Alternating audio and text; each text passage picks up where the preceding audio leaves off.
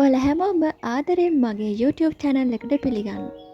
ඉතින් ගොඩක් දෙනෙක් අහලා තිබ්බා පස් මාධ්‍ය මං කොහොමද සකසගත්තේ කියන කාරණේ. ඉතින් අද මේ වීඩියෝ එකෙන් ඒ ගැන කතා කරමු.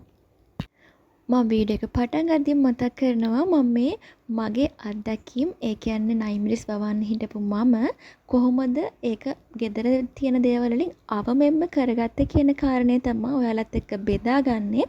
මේ පස් මාධ්‍ය සකසන හැටි ගොඩක් එක එක විදි තියෙනවා. ප්‍රමිතිගතව හදන එක එක ක්‍රම තියෙනවා.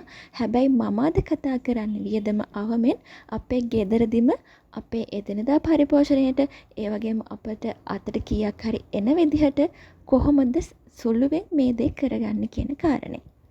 මේ තියෙන කොස්කොලම වැටලා ඒවා දි รา පත් වෙච්ච තැනක්. මේකේ යටපස තමයි මම ගන්න හිතාගෙන ඉන්නේ. ඒ වගේම මේ මතු පිට තියෙන මේ කොළරොඩු ටිකත් මම එකතු කර ගන්නවා. මොකද මේකත් හොඳට දි รา පත් වෙලා තියෙන්නේ. ඒකත් මම මගේ මාධ්‍යයට එකතු කර ගන්නවා. ඒ වගේම මේ තියෙන්නේ ඒ යටින් තියෙන පස. ඇත්තටම මේක හොඳ සරු කොම්පෝස්ට් පසක්. ඉතින් මේක ගොඩක් කලාවට වැස්සක් ගිහිල්ලා ඉවරනහම අපිට ලේසියෙන් ගන්න පුළුවන්. මොකද එතකොට ඉක්මනට පස කුඩු වෙලා හොඳට මාධ්‍ය සකස ගන්න පුළුවන්. මේ තියෙන්නේ අර මම එකතු කරගත්ත කොස් කොළ ටික. ඒකේ මුල් කෑලි එතකොට ගල් වගේ දේවල් තියෙනවා. මම මේ විදිහට අයින් කරගන්නවා. අයින් කරලා මේ කොස් කොළ ටික එකතු කරගන්නවා.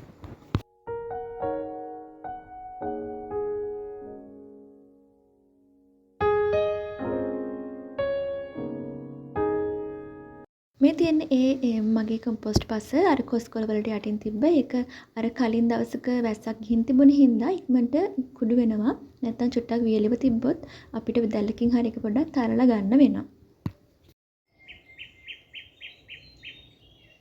දැන් මම එකතු කරන්නේ කොස් කොළ වලට උඩින් තිබ්බ අර කොළ කෑලි ටික. ඒ කොස් කොළ ටිකේ අර ගිනි තියලා හින්දා අලුත් මික්ස් වෙලා තිබ්බා. අලසුළු ප්‍රමාණයක් මික්ස් වුණාට කිසි ප්‍රශ්නයක් නැහැ. ඒකිනුත් ගසට එන දිලීර හානියම මැඩ පවත්වා ගැනීමේ ගුණයක් තියෙන නිසා. මේ තියෙන්නේ බොල්වි දි รา පත් වෙච්ච ටිකක්. මම ඒ ටිකත් මගේ මාධ්‍යයට එකතු කරගන්නවා. හැබැයි ඔයාලට කරදහය තියෙනවා නම් මේ වෙනුවට පාවිච්චි කරන්නත් පුළුවන්. දැන් මේ ටික ඔක්කොම හොඳට මික්ස් කරනවා. හොඳට කලවම් කරගන්න ඕනේ. මෙතන මේ මං අරන් තියෙන්නේ පස් තාච්චි 3කට අර මං ගත්ත දේවල් වලින් තාච්චි භාගෙ වගේ තමයි දාලා තියෙන්නේ. මං ප්‍රමාණයක් හරියට කියන්නේ නැහැ. මොකද මේක පස් මාධ්‍යයක් කොම්පෝස්ට් වැඩිපුර අරගෙන අනිත් දේවල් ඔයාලට තියෙන විදිහට ටික ටික දාගන්න. ඒක කිසි ප්‍රශ්නයක් නැහැ. ඔයාලට තියෙන ප්‍රමාණය දාගන්න පුළුවන්. මේ තියෙන අප දැන් කළු බෑග් එකට පුරවගත්තට පස්සේ ඊට පස්සේ මම මේකට එකතු කරන දි รา පත් වෙච්ච ගිනි සීරියක්. ගිනි සීරිය කියලා කියන්නේ හොඳ නයිට්‍රජන් පොහොර එකක්නේ. ඉතින් මේක පැල වර්ධනය වෙන්න පොඩි කාලේ ඇත්තටම හොඳයි.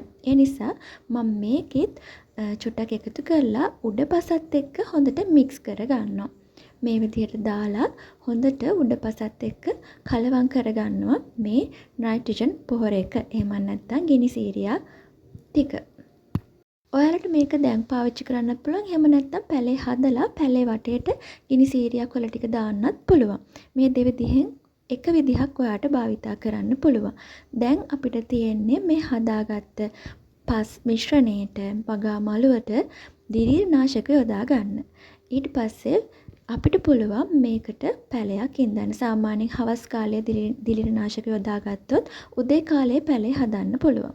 ඒ වගේම අපිට කොහොබත් හොයාගන්න පුළුවන් නම් කොහොබත් මේකට මික්ස් කරන්න පුළුවන්. ඒකෙන් වෙන්නේ එයාට පෝෂණයක් දෙනවට වඩා එයාගේ මුල් පද්ධතිය වර්ධනය වෙන්න, එයාට සිසිලස ඒ ජලය රඳවා ගන්න පුළුවන් මේ කොහොබත් වලින්. ඉතින් මේක අත්‍යවශ්‍යම නැහැ. හැබැයි තිබුණොත් හොඳයි. ඉතින් මට හොයාගන්න නැති නිසා මම ඒක දැම්මේ නැහැ.